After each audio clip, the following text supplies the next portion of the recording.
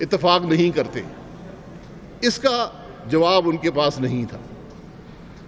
تو اس پر ہم نے کہا کہ اگر آپ ترامیم پر گڈ فیتھ میں بات نہیں کر رہے, آپ ہی یہ بل لے کر آئے تھے, تو پھر ہم آگے نہیں چل سکتے.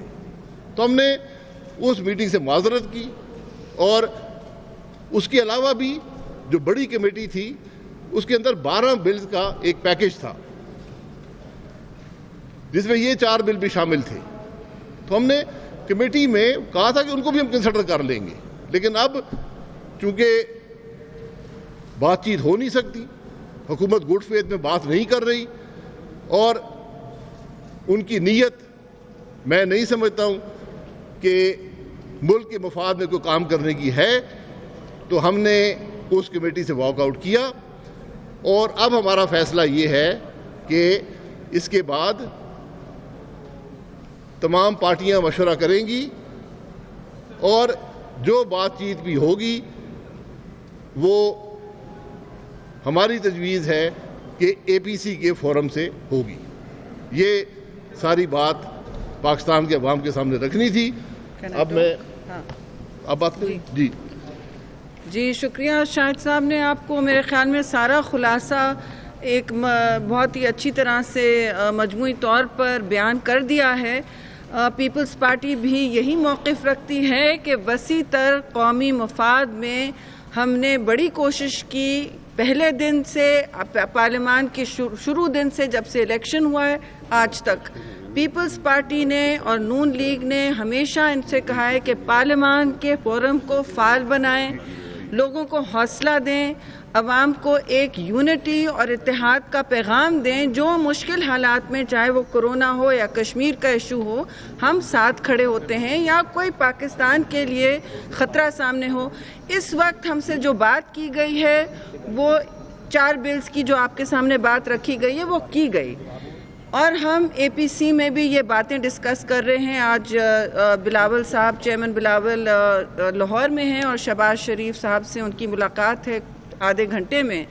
اور تو ہمارا یہ اس میں بہت واضح موقف ہے, جب بھی قومی مفاد کی بات ہوگی, چاہے وہ نیشنل سیکیورٹی ایک قسم کی ہو یا عوام کی سیکیورٹی ہو, ہم ہمیشہ کسی بھی تنظیم سے بات اور مذاکرات کریں گے, اور یہ ہماری ذمہ داری ہے. تو ہمیں امید کہ ابھی بھی جو ایف اے ٹی ایف کی جو ریکوائرمنٹس ہیں اس کے مطابق یہ کریں, اور ہمارے امینڈمنٹس کے مطابق. لیکن ہمیں نہیں معلوم کہ جو باقی بلز ان کے ہاتھ میں پڑے ہیں ان کا یہ کیا حال کرنے والے ہیں, اور ان کی اس وقت اہلیت کیا ہے, کیونکہ کمزور اہلیت تو تھوڑی بہت افسوس سے میں کہوں گی نظر آ گئی ہے.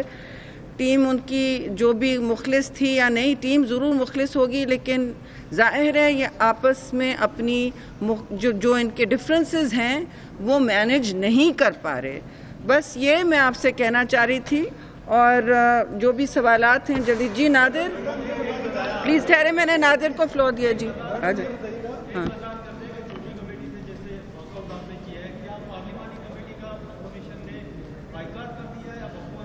کوئی جیسے شاہد صاحب نے کہا کوئی جواز نہیں بنتا اب اس پارلیمانی کمیٹی کا. ہماری اسٹینڈنگ کمیٹیز موجود ہیں, جہاں آپ نے بل لے جانا ہے وہاں جائیں گے. ہمارے ایوان موجود ہیں, ہمارے ممبران موجود ہیں, ہم بھی دیکھتے ہیں کون سا بل کیسے پاس ہوتا ہے. جی جی ہم نے یہی بات پوچھی جو آپ سوال کر رہے ہیں, کہ یہ بتا دیں کون سی ترامیم آپ کو قابل قبول نہیں ہے, کیونکہ جو باتیں ہم نے کی ہیں وہ عین سپریم کورٹ نے جو آبزرویشنز دی ہیں, جو اس کی ڈائریکشنز ہیں, جو کاؤنسل فار اسلامک آئیڈیالوجی کی جو ڈائریکٹیوز ہیں, جو انصاف کے تقاضے ہیں اس کے عین مطابق ہے. آپ بتا دیں, وہ نہیں بتا سکے. جی جی یہ بتائیے گا کہ اب یہ معاملہ تو ہو گیا ہے, لیکن جو بل ہے اس میں کیا ایسی چیزیں تھیں جس کی آپ مخالفت کر رہے ہیں, لیکن ایف اے ٹی ایف کے حوالے سے آگے بھی بل آئیں گے, تو کیا آپ اپوزیشن, متحدہ اپوزیشن اس کی مخالفت کرے گی؟ دیکھیں, ایف اے ٹی ایف کا کوئی بل نہیں ہوتا. یہ ترامیم قوانین میں جاری رہتی ہیں جو ایف اے ٹی ایف کی ریکوائرمنٹس کو پورا کرتی ہیں. تو جب وہ حکومت لائے گی بلز دیں گے, اسٹینڈنگ کمیٹیز کے اندر، لیکن ایک بل جو حکومت لائی تھی اکنامک ٹیررزم کے حوالے سے جو اسمبلی کے فلور پر ہے، اس کو آپ ضرور پڑھ لیں. اتنا خوفناک بل پاکستان کی تاریخ میں کبھی نہیں آیا. جی ایک منٹ. جی کس کی فوٹیج؟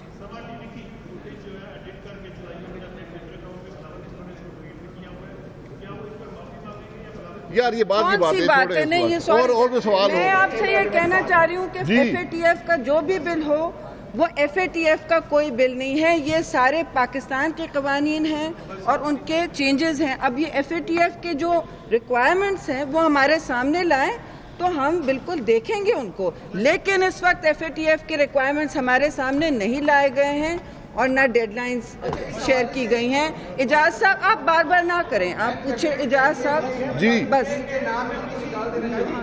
آپ بتائیں. جی آپ اس کے بعد کر لیں نا اجاز. نہیں جی نہیں، مذاکرات اب ختم ہو گئے ہیں، کوئی مذاکرات نہیں ہوں گے کیونکہ حکومت بدنیتی سے کام کر رہی ہے.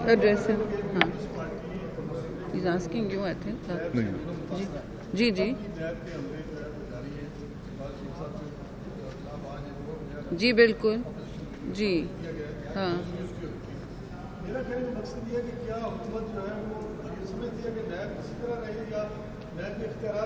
یہ آپ حکومت سے پوچھیں، انہوں نے نوشتہ دیوار نہیں پڑھی ہے. حکومت نے نوشتہ دیوار نہیں پڑھی ہے، نہ سپریم کورٹ کا ججمنٹ دیکھا ہے، نہ ملک کا ماحول دیکھا ہے معاشی یا کوئی بھی. اس وقت وہ صرف اپنی انتقامی سیاست کر رہے ہیں اور ان کو بہت مبارک ہو اگر ملک کو انہوں نے تقسیم کرنا ہے اور پاکستان کو اور امتحان سے گزارنا ہے تو ان کو مبارک ہو. ہم سارے تیار ہیں اور سارے تو بھگت ہی رہے ہیں اور بھگت چکے ہیں. کوئی پیچھے ڈرتا نہیں ہے، کوئی ہٹے گا نہیں، لیکن یہ انتقامی سیاست اور احتساب کا لبادہ جو ہے یہ سارا ایکسپوز ہو چکا ہے. 2 سال پی ٹی آئی کی گورنمنٹ بھی ایکسپوز ہو چکی ہے. جی ساری حقیقت آپ کے سامنے. بہت شکریہ. بہت شکریہ.